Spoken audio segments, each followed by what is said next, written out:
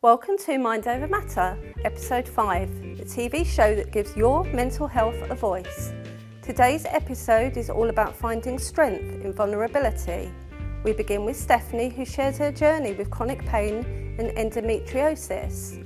Then Donna talks about how creativity and performance helped her rebuild confidence after loss and depression. And stay tuned till the end as we have a special guest, Kuda, who just released his album on iTunes. Let's dive in.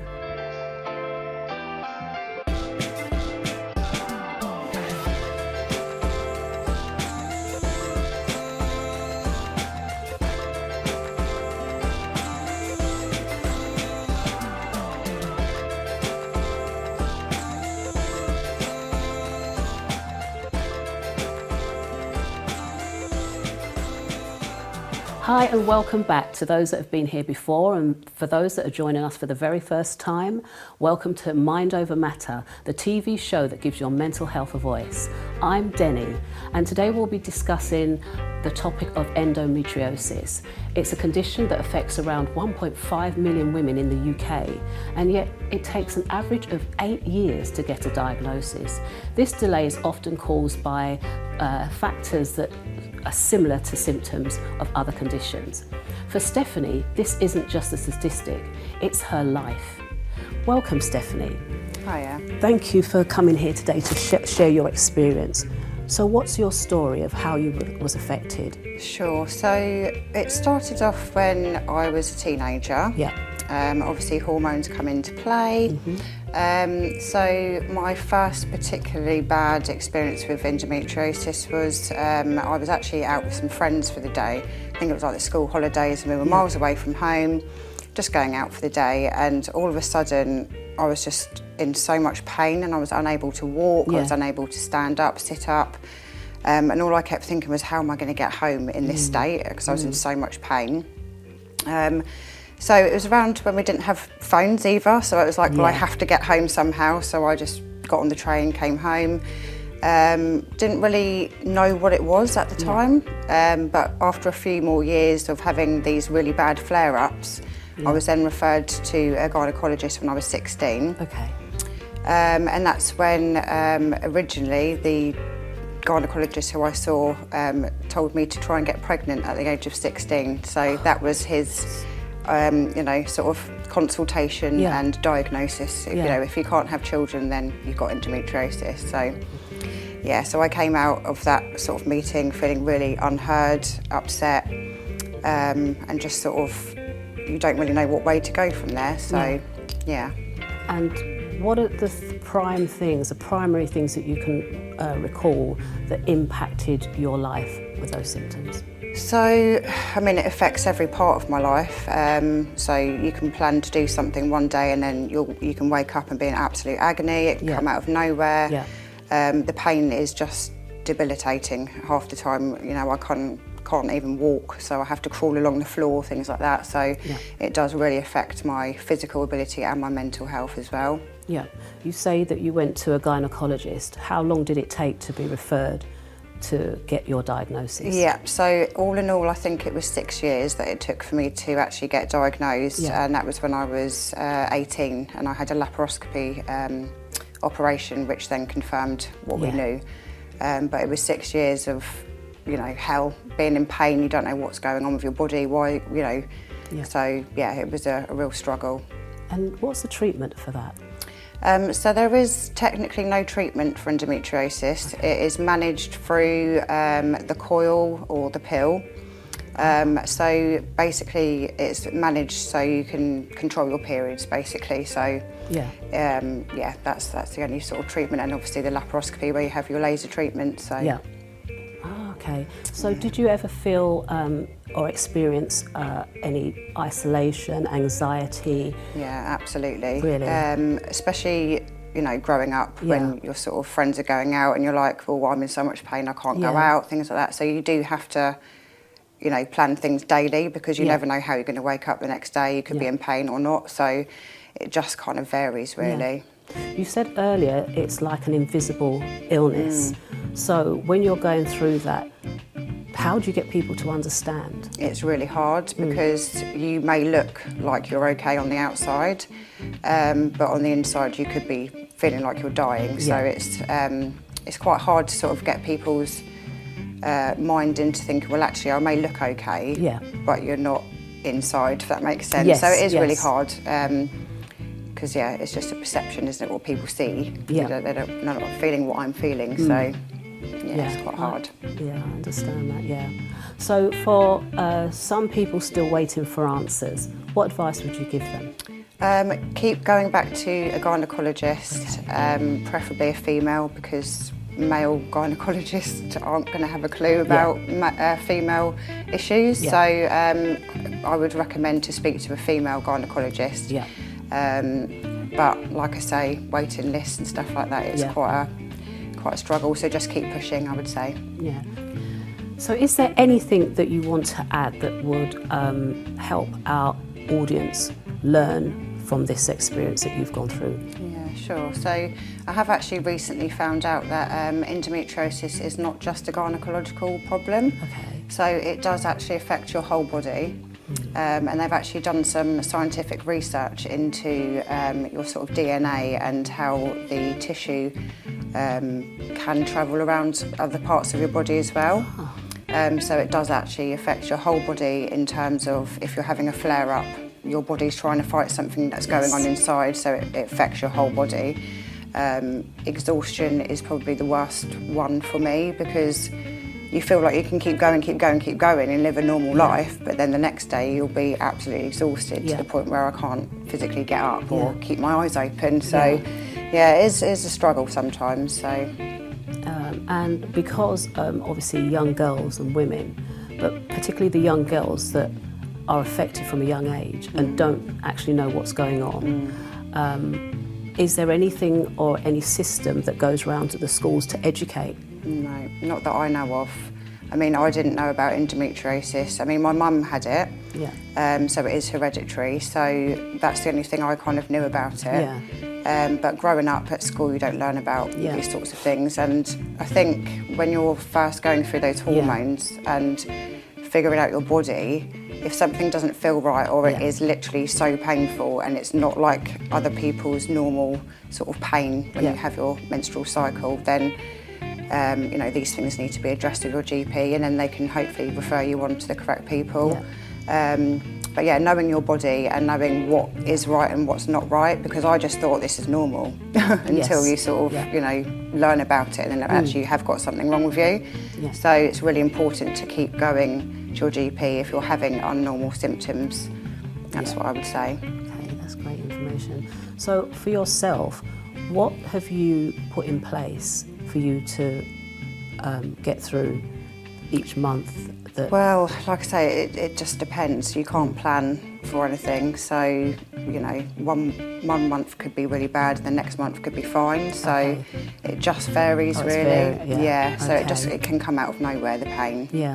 So there's no real sort of telling when it can happen, which is also another sort of barrier in terms of a invisible illness because well, actually, you were all right yesterday, so why aren't you all right today? But it's actually, well, I've woken up in severe pain today. So there's a difference between knowing that as well. Oh, okay. And also with having that you don't know when it's going to happen, you just have to, how do you prepare for something, for yourself? How do you prepare for something like that? I think I just have to, I think after lots of years of having to stay at home when I've been in pain instead of going out to social events or work, I think just doing what you can when you can and enjoying the good times when you can, because you might have a really bad day tomorrow, so just live every day as you can.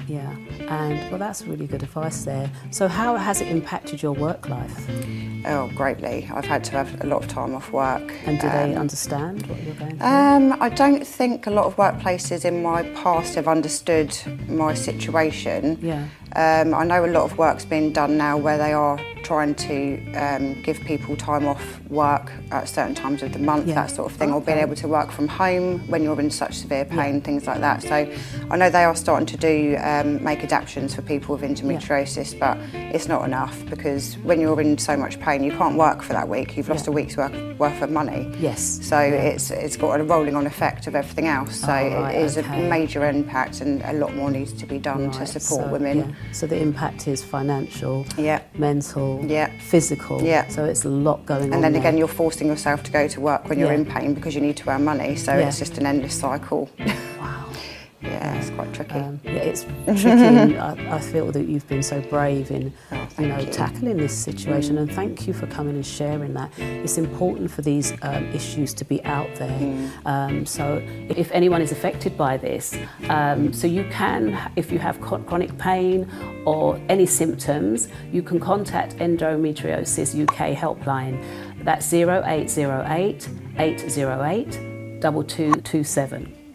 And you can also contact them on www.endometriosisuk.org. So thank you so much, Steph, for sharing this information. This story was very, very powerful and will help a lot of people moving forward. It was a real pleasure talking and for you to all share this with us today. Now let's keep it moving with another exciting topic with our next guest, Donna.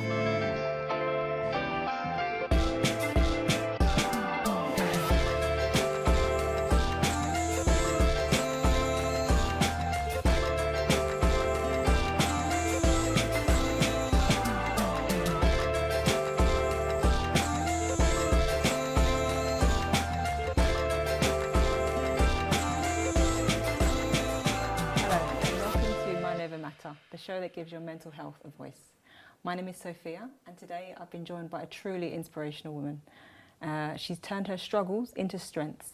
She's built confidence through a career in modelling, a foster parent, has gone through building her own business, has experienced divorce, and is here today to tell us her story. Welcome, Donna, to the show. Hello. How are you? I'm good, thank you. Thank you for joining us. You're welcome. What an incredible story. Where do we start with your story? Take us back to the beginning. Okay, so when I was 17 years of age, I started with an academy that was teaching about deportment. It was never that I wanted to get into modelling, it was just something my friend asked me to join her with. Thoroughly enjoyed that. I ended up working for the company, and then in 1997 I actually started my modelling agency, which is Little Adults Academy of Modelling. From that I then went on to do photography for my models, and now I've done weddings all around the world: Dominica, St Lucia, New York, Jamaica, Portugal. And then I got married, I had my little one, and I started fostering. So over a 13-year period I actually fostered 23 children, and then unfortunately from 2018 I've had approximately 19 deaths in the family, and obviously divorce, and then there was many other struggles as well. And obviously we went through the pandemic. Gardening was my therapy, and from that I actually used the photography as building my confidence.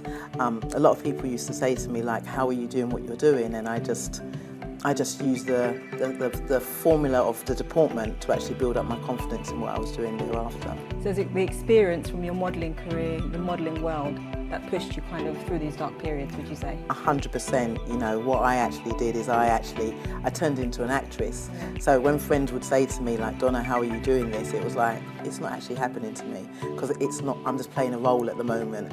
And then what I did is, like, months or years afterwards, that's when I'd actually reflect back on what happened. And obviously you have the tearful moments, but it was that moment in time where I needed to have strength and I had to build up my self-esteem. So having the classes, the workshops, which were a reflection of what I'd actually learned, that's what actually helped me to get through my struggles. Incredible. So you started off as a career in modelling. Would you say you were quite a confident person growing up? No, I was very shy. I wouldn't speak to absolutely anyone, to be honest with you. So when I got into the modelling field, which was not about doing modelling at all, it was just, as I said, it was literally just fun.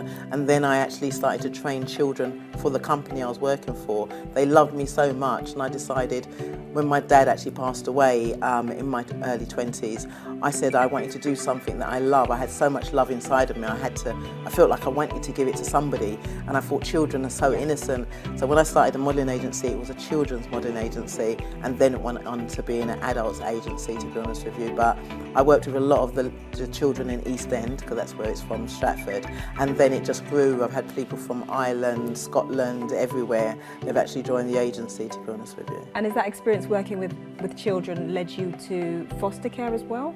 Yes. Or were they kind of alongside each other? It is, because I love children. Yeah. I can go anywhere in the world and there is going to be a child that's going to look at me, or I'd laugh and I'd say, I bet you know that I'm a photographer, and I start to wave, and then the parent looks at me and smiles. I just think I've just got that aura, because I'm always smiling. That's my just general, that's my go-to. I smile. That's what my dad was like, and I've just taken on his. That's wonderful. Yeah. And I suppose fast forward where you are now and what you do now. Tell us about what you do now and what you do with young people today. So basically what happened is I done a photography business, and then I went on to do Diamond Inspired Youth Workshops, which I actually opened last year.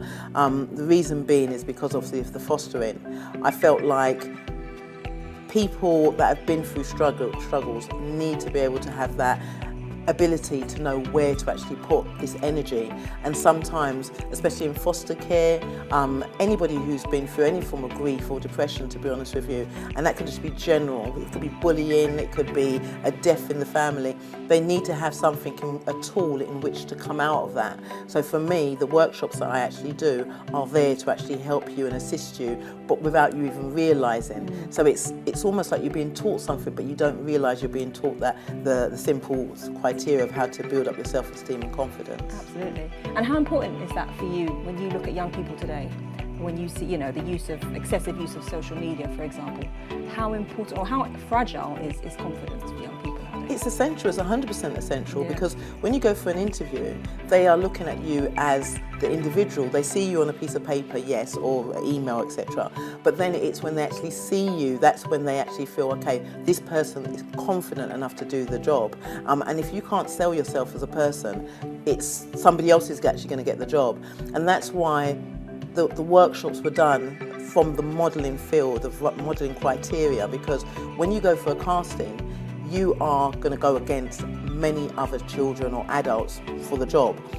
You also have to learn about rejection, because it's part of the criteria. Absolutely. Sometimes you could be put forward for a job. I've done emails to clients and sent 100 people for one job, and then they go on and there might be 50 people from different agencies. Yeah. You have to learn how to confidently express who you are, and then you have to be confident enough to know, I might not get this job, and if I don't, it's not about me. It's not personal. Absolutely. It's just you're not the right criteria for what they're actually looking for. And rejection is part of life, isn't it? As you mentioned 100%. before, when we had a nice chat outside of the studio. Yes. Rejection is part of life, in relationships, in works, in friendships. Yes, it It's is. part of life, and they have to build that resilience, I suppose. Yes. And manage that. Yes, Manage it those is. expectations. Yeah.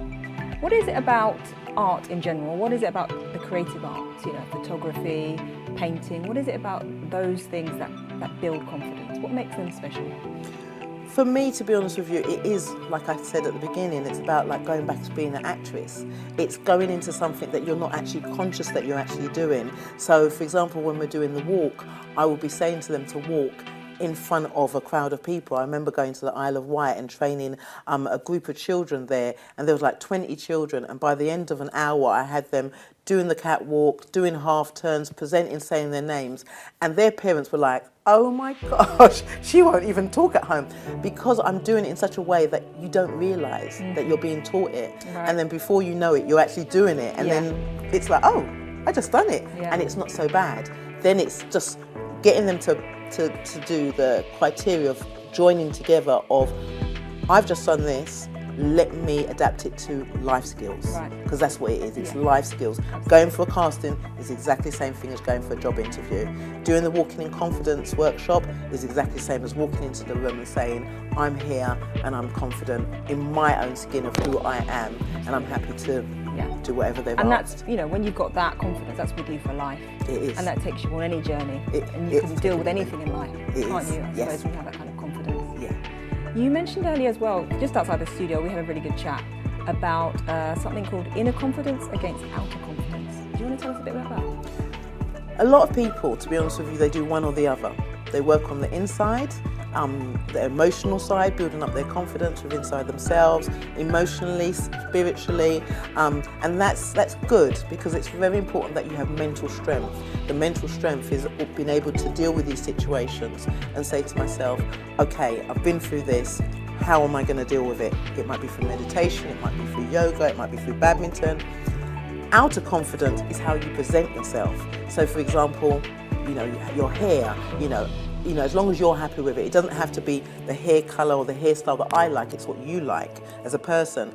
How you dress, it has to be representation of what you want to look like. And then it's just simple things like going for massages, having your nails done. It doesn't have to be that, it's whatever makes you happy. Whatever makes you happy is going to make you feel more confident. Yeah. So it's not worth wearing the same outfit that your friend wears if you don't feel confident in it. Yeah. But if you feel confident in a frilly pink dress with purple hair and, you know, putting blue contact lenses in, if that makes you happy, then do it. But walk in confidence in that. Yeah, exactly. And feeling that from the inside, Yes. from the inside out. I Yes. suppose. I work with a lot of young people actually, from the ages of 16 to 19, and I find that one of the biggest issues is also confidence or lack thereof. What advice would you give to young people, firstly, and what advice would you give to their parents, kind of dealing with these young people? And again, in the age of, you know, excessive use of social media, where they're bombarded with certain images, when they're hearing certain voices, what advice would you give to the young people? What advice would you give to parents about confidence and confidence building? I've got a daughter and she's 13 years of age, and to be honest with you, I always say to her, it's important that you're beautiful on the outside, but it's more important to be beautiful on the inside. So kindness is really important. So it's just really training about respect, etc. But it's also as well is to make sure that they understand that they do need to do activities outside. Yeah. If they are on social media all the time, to be honest with you, it's not building up their social skills. And that's the one thing that I feel that I'm really happy that I was born in the years that I was, because, you know, you went outside to play, you know, you met up with your friends. Now it's you meet up with your friends, and if you do, you're sitting down on your phone all the time. So yeah. it is very important that they have activities outside. It's important to try and get activities that they enjoy.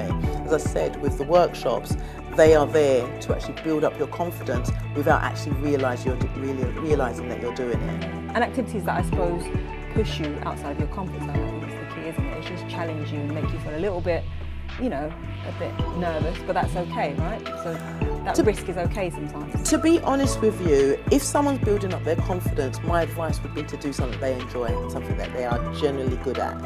The reason why is if you push someone who's not confident into something they're not good at, they will sometimes revert the other way. So the confidence building side of it, to be honest with you, is very important that you start with something which is just nice, they enjoy. Yeah. So if, for example, they like gardening, as I said, Yeah. take them gardening. Just do it in their local garden by themselves, in their home environment.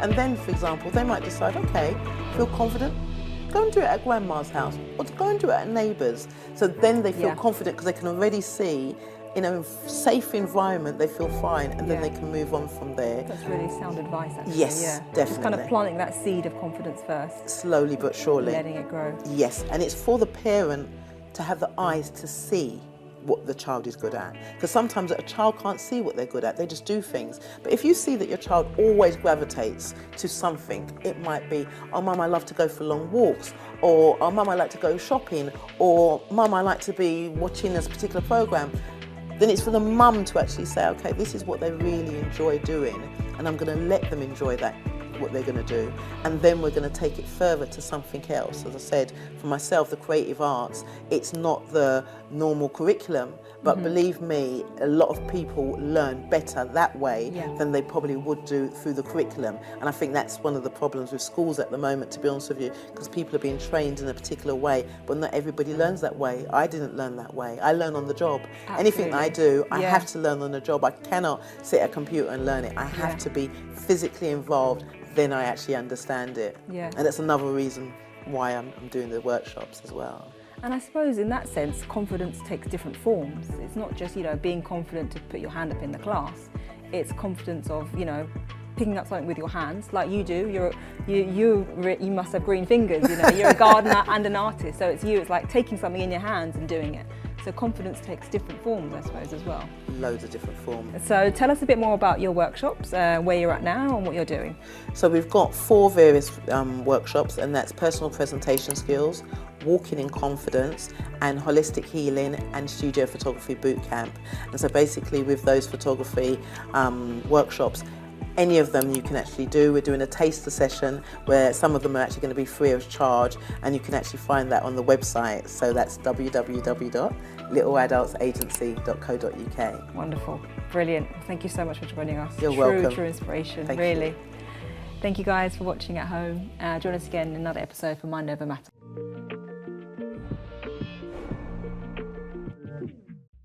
If these stories have touched or inspired you so far, don't forget to like and subscribe. Up next, we'll hear from Kelly, Kirsty and Kuda. 3 very different journeys that all reflect the strength of people pushing through trauma, womanhood, creativity and self-empowerment. Enjoy the rest of the show.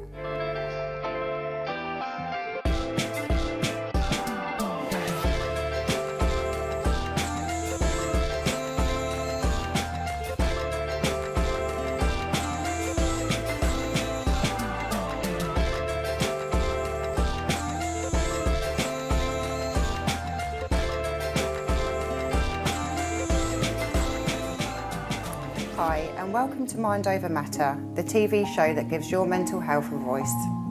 I'm Stefanie, and today we'll be talking about chronic illnesses. In the UK, there is around 26 million people who live with chronic illnesses, and most of them have been diagnosed in early years. Despite everything that Kirsty, our guest, has been told, she is a miracle story that I've loved to listen to. So welcome, Kirsty, to the show. Thank you. So I wanted to just talk to you a little bit about your sort of story, really, because you were told at the age of 18 months that you would never walk, have children and have a career. So how did that all sort of come about that you are who you are and such a success today? Hi. Well, I'd like to start basically, obviously, like you said, from 18 months old, so I don't know any different.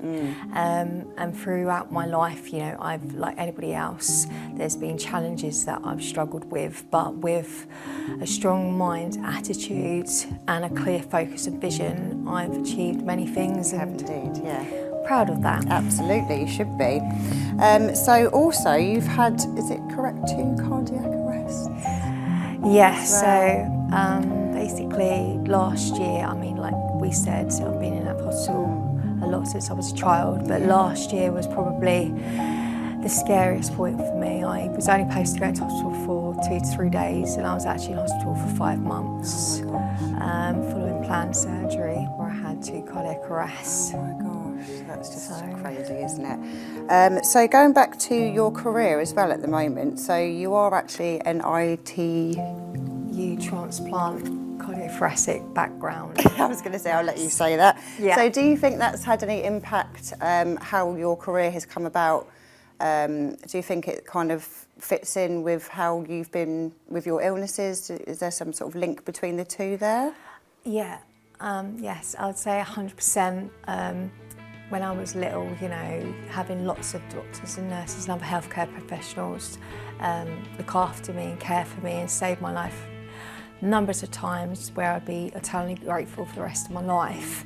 I've always wanted to make a difference and help, you know, Someone else in the same position, kind I of guess, position, and from ever since I can remember, there's pictures of me at home in a little nurse's outfit. And you were in Great Ormond Street as well, weren't you? I was. So following 18 months old. Amazing charity as well, isn't it? Yeah.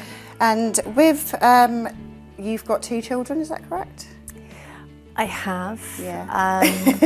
Have they been your sort of main sort of getting you through life, if that makes sense? Yes. Yeah. Sadly, one of my babies is, he's no longer here with us. Sorry to hear. You know, but I've got my little rainbow baby. Sure. And she's an inspiration in herself. She gives me so much strength. Yeah.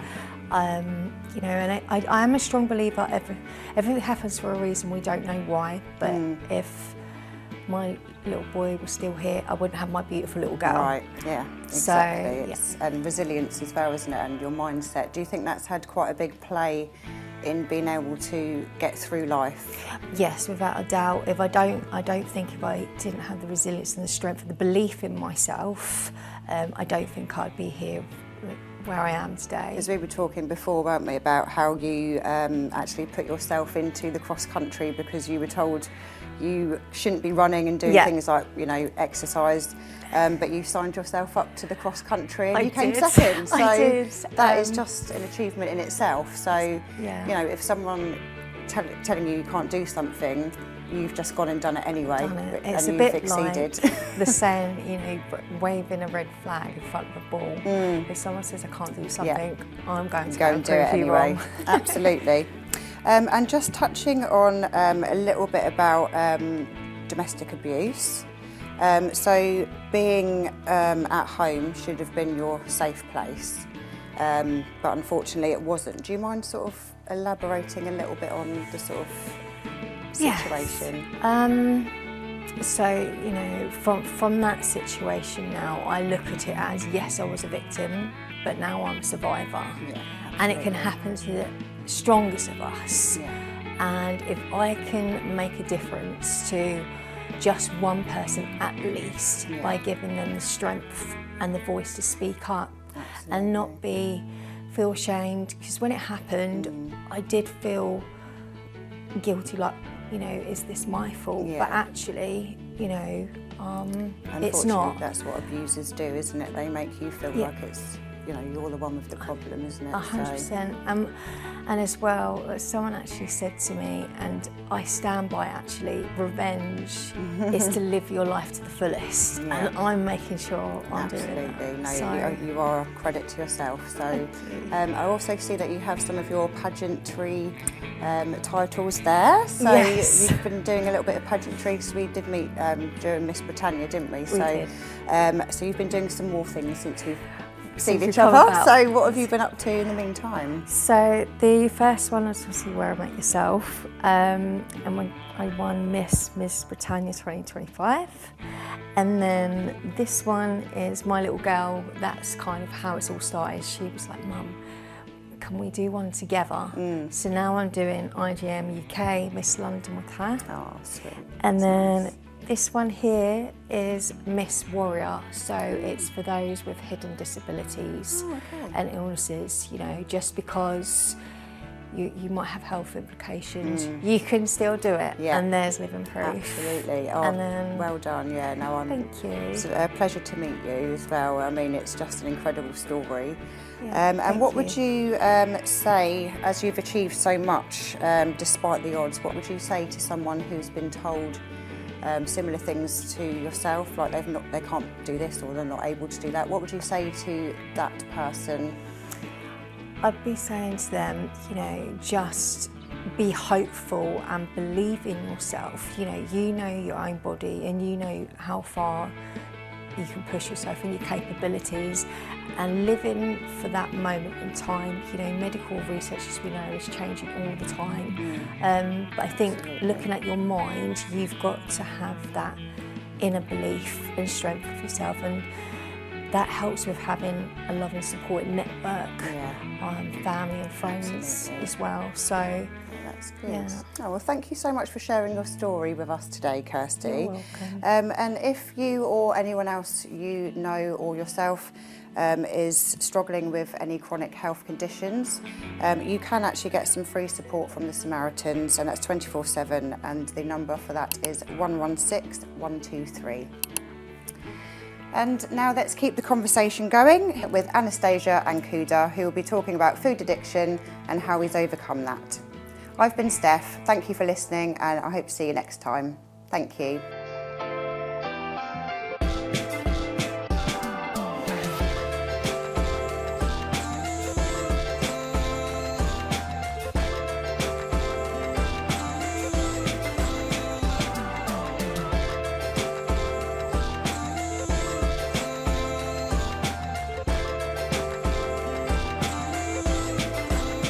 Hi, and welcome back to Mind Over Matter, the TV show that gives your mental health a voice. My name is Anastasia, and today we'll be talking about how our guest's journey has been shaped by food addiction and bullying. And apparently they are experiencing neurodivergent traits too. Today, 1.25 million people in the UK have an eating disorder, so this has a big impact on many lives. However, this does not stop Kuda Kwashe, our guest, and creativity became a safe place for him. Let's welcome our special guest, Kuda Kwashe. Hey, thank you for having me. Welcome. Thank you, I appreciate it. Yeah, thank you so much for being here. My It's pleasure. amazing to have you on. Yeah, no, it's great to be here, to be part of this. Yes. So please introduce us, your story and how you became an artist. Yeah, okay, my name is Kuda Kwashe, born and raised in Harare, Zimbabwe. So, yeah, I became an artist at, about 13 is when I discovered music, and this is through one of my uncles who, based in America. You can find him over there. So, yeah, art became a safe place for me just to, kind of express, a lot of, difficult emotions. As as mentioned, I went through, bullying for the main thing was, my weight. So that's where the food addiction came into play because, it was a source of comfort. And actually, having spoken to one of my therapists, she was able to identify that through food as a coping, mechanism. That was just to kind of, kill that pain as soon as possible, without, having to go through that emotion of processing whatever, horrible experience or, trauma, happened and just, letting it sit for a little while, which is something that in recent years, I'd say maybe in the last like 15 years of my life that I've gotten more towards, being able to take the time to really process and address what happened and look at the root causes of it. Okay, and it's really good that it didn't stop you Yeah. from fulfilling your dream. And what role did food play emotionally in your life growing up? I mean, I'd say it's layered. For starters, that's the comfort. The comfort where there wasn't that backlash or sense of being attacked or whatsoever. Just for being you. And I would say food as well. I also relate that to time with family, friends, camaraderie, and bonding. How people kind of bond. That's whether it's bonding through family, friends, through business, and even relationships. That usually involves that. So that while there's something that I've struggled with, but I've also seen that as a way to kind of make connections. With people, bringing people together. Yes, and would you say food addiction and comfort eating? Yep. Is it the same thing, or does it just link together? Definitely linked together, for sure. Yeah. I don't know if I'd say it's one and the same thing, but they're definitely connected.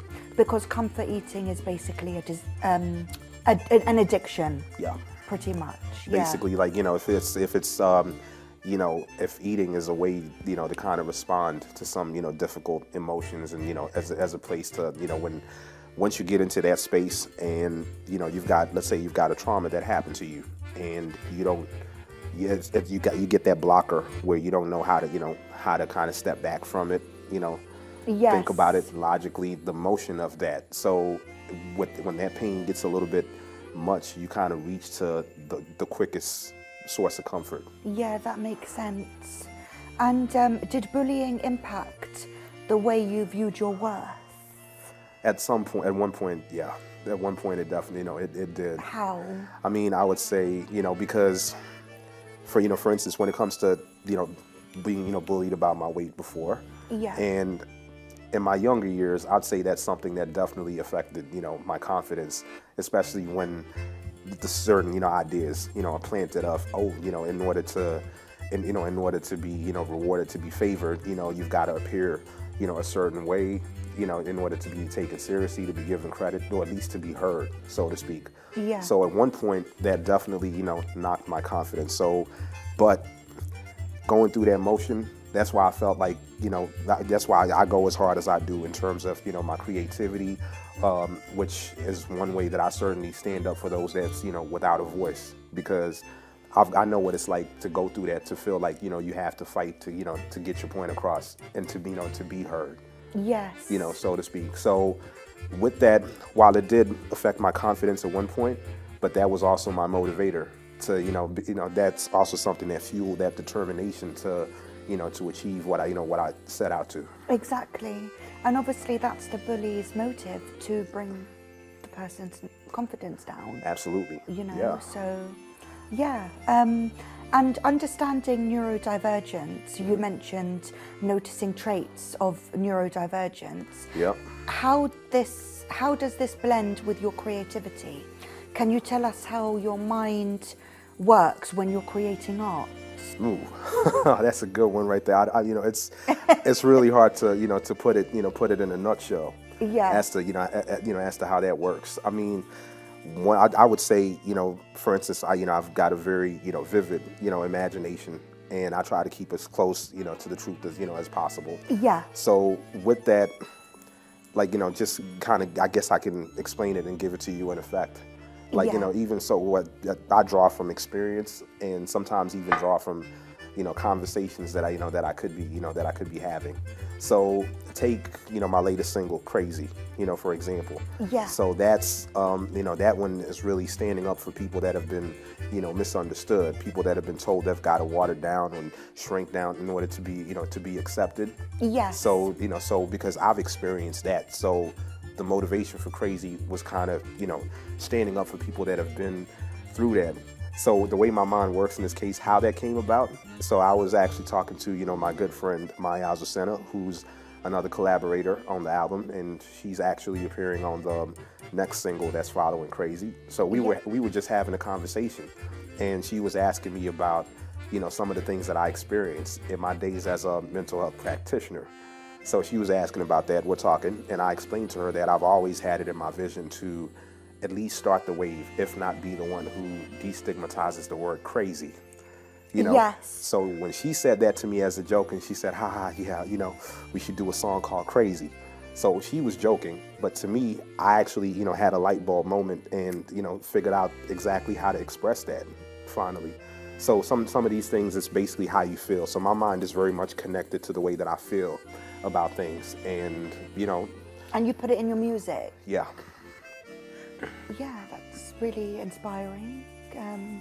And so moving on to resilience and reflection, Yeah. What's the biggest shift you have made in how you see yourself now compared to the past? I mean, for one thing, I'd say, definitely having been on both sides of the fence of, of the bullying, and, moving out of fear, but, stepping out of that and, being that, that soldier in the face of adversity, or challenge, and just, just realizing that, for instance, this is for anybody else that's, ever had a hard time, being on the receiving end of bullying.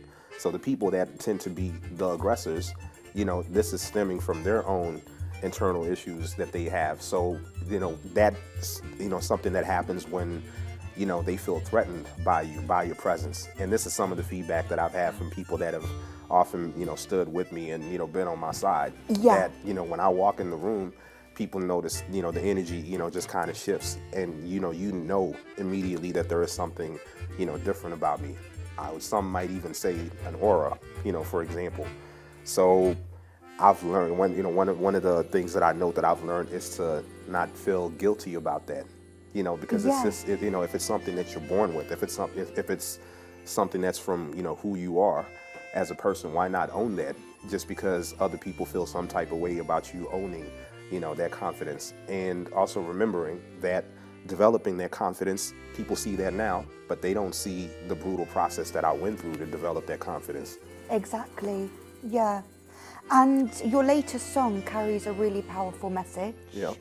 Can you tell us what inspired you to make it and what you hope your audience will take away from it after listening? Okay, so because it is an amazing song. Thank you. And well done for releasing it.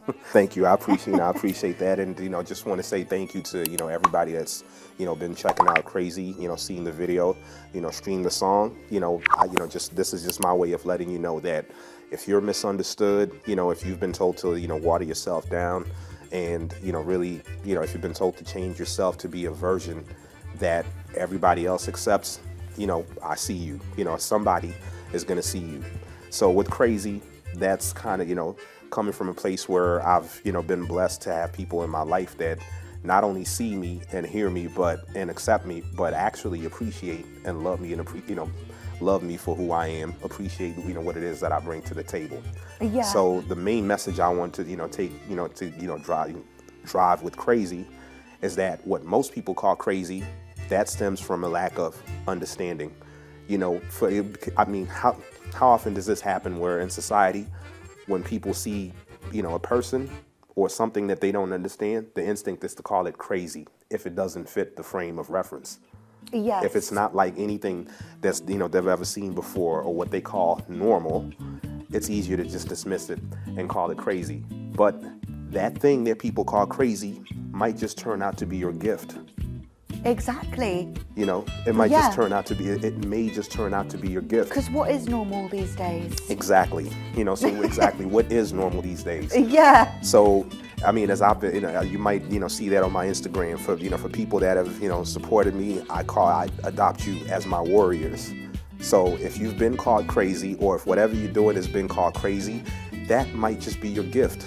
The people that call that crazy feel threatened by. People fear what they don't understand. Turn it into a positive. Exactly. Yeah. You could turn it into your positive.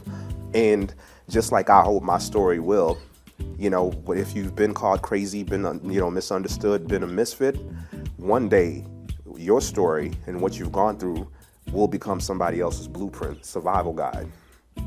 Yes. Very true. Because for one thing, one of the gifts that come with Crazy is that ability to stay cool in the chaos. Yeah. The chaos that everybody else runs from, I'm the kind of person that stays cool right in it. I'm, comfortable there. Some situations, granted, might be difficult. I might feel the effects of it afterwards, but especially if it's in the spirit of helping somebody, I've got it down to, to the point where I'm able to deal, with all that afterwards. But in the moment that somebody needs my help, I need to be there for somebody, I will be there. Yeah. I've developed a high pain, threshold for that. I can still feel it, but just because you don't see me visibly break down and be affected by it, that's just the mark of resilience right there. Yeah. So I say, if you've been called crazy or what you're doing is called crazy, my warriors, keep going. And take it as a positive. Definitely. And so if you could go back and talk to younger Kuda Kwashe, Yep. What would you tell him today if you were looking back? I would tell him that everything that you've been through, there is a blessing hidden in those. Tap into that. There's an amazing life, and there's extraordinary experiences waiting for you on the other side of that pain. Hold on. Don't give up. That's Keep amazing. going. That is really powerful. Yeah. Well, thank you so much. Now, thank you for having me. People can find your album on iTunes. Yep, so they can find... Link below. Yep. And yeah, that's brilliant. Thank you. Now, to spice the show up a bit. Hey. let's do a rap, a short rap snippet of Crazy. either of Crazy, or you can make one up, improvise. Ooh, however you want to do it. I usually don't get into, freestyling, but Okay, yeah. Let me give you, From Crazy. Yeah, let me give you one verse from Crazy and give you one motivational verse from another track that's not out yet, that's off the album. Okay, yeah. Okay, so for Crazy, It took a lot of patience for the favorite result. I was a child that survived and creative adult. Fruit tree of my labor, I made it from mulch. When masses follow, of course it would be labeled a cult. They'll see the success, but not the blood, sweat, and tears. It's comedy when I'm pouring out the love, shedding tears. Now sharp as a blade, I'm on Ginsu. They see the cuts, but they don't know the process that I went through. Starting out, it was all cakes and batter. Get deeper in this real life, snakes and ladders. Walking on the edge, keeping my heart and head through it. How I felt, they ignored the disrespect that led to it. Savage just to let them know not to play with me. I keep it 100, reverse it, they want to take 50. Well done. That is amazing. So that's from Crazy. Thank I'm you. going to download it now. So Crazy, that's on all streaming platforms, you know, so that's taken off of the, you know, upcoming album, Sunshine City Spirit.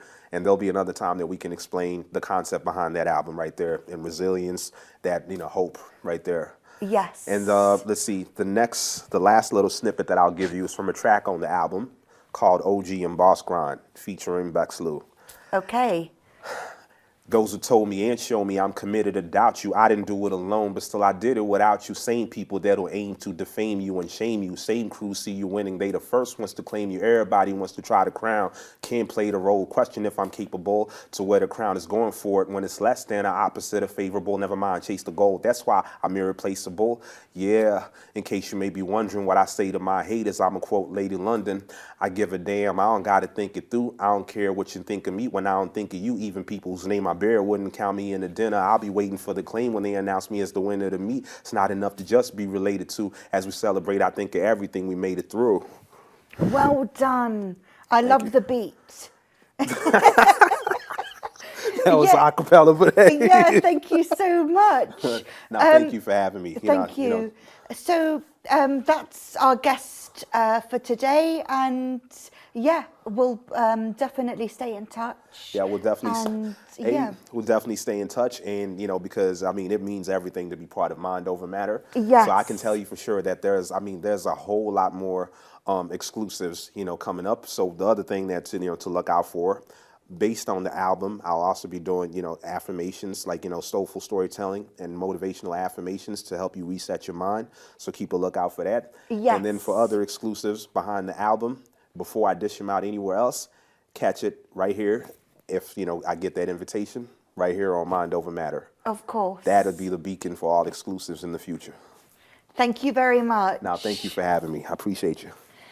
So if you think you are struggling with eating disorders, support is available on Beat Eating Disorder website. You can find a lot of information and their helpline, and is the link below. Thank you so much, Kuda Kwashe, for sharing your story with so much honesty, and it was a real pleasure talking with you today. No, it was a pleasure talking to you too, and thank you for having me. And Thank you. Hopefully people take away, you know, the positive, you know, lessons, and, you know, hopefully, you know, this kind of, you know, changes a lot more lives, you know, positively. Just, you know. Yes. And you know, love the amazing work that you know that y'all are doing. Thank you. Yeah. Thank you.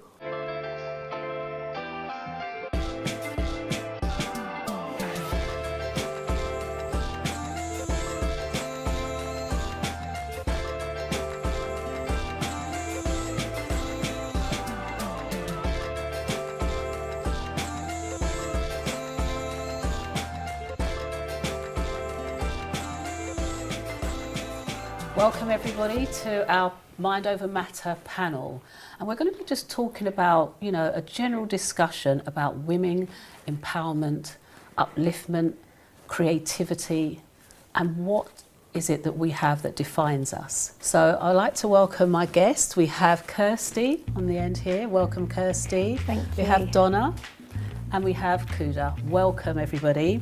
So what does women empowerment look like to you? What is that thing that you associate with yourself to make yourself feel great and feel wonderful? For me, it's confidence. Inner confidence, I think, trying to do so much more than anything. I think if you speak to a lot of people, especially in relationships, you know, what attracts is the confidence. It's, you know, we're in a world today where there's so many beautiful people, different mixes, etc. But when you meet someone who's confident from within, it speaks volumes about the person, and I think that just makes you think, whoa. Yeah. So it's about working on yourself all the time. Self-esteem. So when it comes to creativity, what's the creativity that demonstrates your power? think your attitude. I think the way you present yourself, you know, there's a lot of, like yourself, like there's not enough positivity in the world, you know, and being more positive and kind and empathetic shows the right mindset on that. So for myself, I have a little mantra that keeps me going that I always say, and that is to change is to transform is to become is to believe is to achieve. So that's what I always say that to just keep myself going, because a transformation isn't something that happens overnight, it's a daily transformation. So how do you guys feel about that? I have a simple one. Fake it until you make it. Okay. Okay. Very simple. Actually, very catchy. I'm going to challenge that one, you know, because one thing, you know, one thing like I could, you know, one thing, you know, I would say, you know, that could, you know, play a major part in healing is, you know, just a reminder. You know, basically when women are reminded of their beauty from within, the soul, the grace that y'all carry yourselves with, you know, just that reminder right there. I say that because from my experience, I would not be the man that I am if it wasn't for the amazing, strong women in my life that raised me. So I am one person that knows very well that none of us would be here without the strength of women. You know, the strength, the grace, and the poise that y'all carry yourselves with, and it's so much pain that y'all go through that goes so unnoticed. powerful. Yes. Well, thank you for acknowledging that. You know, that just goes unnoticed. You know, so with that, you know, being said, I mean, I could say that I'm one lucky man to have this. Like, you know, even with, you know, with my lady, you know, when you love that woman, right, and, you know, you treat her well, you know, remind her, you know, embrace those beauties, those vulnerabilities, everything that comes with it. Watch the glow that happens right there. When you, if, you know, basically it's kind of like, you know, I say this to all the men out there, taking care of, you know, of the women in your life is kind of like growing orchids. You know, forget all the noise of all the fancy soils and fertilizers or whatever that's out there. The main thing, the main ingredient is that time and attention. When you pay attention and you know your woman, you know what she brings to the table, when you know her love language, how to love her right, embrace her fully, watch the glow up that happens, and watch the happiness and the serenity and the peace that comes your way, the blessing that finds you from that. Oh, good. Yes, that's absolutely beautiful. Going on from there, I was at a networking meeting this week, and a gentleman was speaking about relationships, and he said, the man is the earth and the woman is the flower. So if the seed is planted in the earth and it's flowered, you know, watered correctly, she will bloom. And I do absolutely believe that. With the right earth, a woman can do miracles. She can actually move mountains. Absolutely. Being honest with you. I mean, this is the extent to which I recognize, you know, the power and the strength in women. I mean, it's to the point where, like, you know, even in my creativity and music, I see music in many different ways. And one of the ways that I see it is, think of it as like a, you know, husband and wife. So the drums, you know, the drums, the snares, the claps, that's like the husband comes in with that brute force. However, the woman is the melody. She sets the tempo, she sets the tone, whether it's the mood, the happy, the sad, you know, if she's the melody. She, you know, I always say that. But I say, in addition to being a flower, you know, women are like water. Take off forms, nobody can resist. I think as well, going back to basics for me, we spoke about it earlier, is it's the beauty is within, and beauty is in with the eye of the beholder, meaning our eyes never age, our body does, and we should embrace that, what we've been gifted with. And as long as you fall in love with those eyes, and obviously a smile as well, you know, and it's very deep within. So if I can ask all of you, what is one thing that you would like to share with women out there that are missing that empowerment, that inspiration in their life? What is one thing that you would like to tell them, if you could? I'll let us together. I'd like to say, and I do this often for myself actually, is I stand in front of the mirror and I have to have that belief in myself. And I always tell myself, you know, I'm strong, I'm clever, I'm smart, I'm beautiful, and I'm me and I'm proud of me. And I think you should always hold your head up high, and stand tall. Because like we spoke earlier as well, about having the right attitude and the mindset and the confidence. Without confidence, and give ourselves that focus and that vision that we can achieve anything. Yeah, I do agree with that as well. But just to add, I think confidence alone can't work unless you have the self-belief. You have to have the self-belief to move forward, and then you can achieve much, much more and use that confidence as well that you've been taught to move along with. And what would your sentence be, or that you would give to a woman? That I'd say, just remember, that, you are a queen. I say this to say that, life is a lot like a game of chess. The woman represents the queen on the chessboard. Now, the king may be the king, but the queen is the power piece. The queen, the queen yields power. Absolutely amazing. Well, guys, we have to round this up. This was an amazing, powerful panel. I loved the conversation and the flow that we had here. So to all our viewers watching, thank you so, so much for joining us. This is Mind Over Matter. Please join us again on the next episode. Take care, and we'll see you again soon.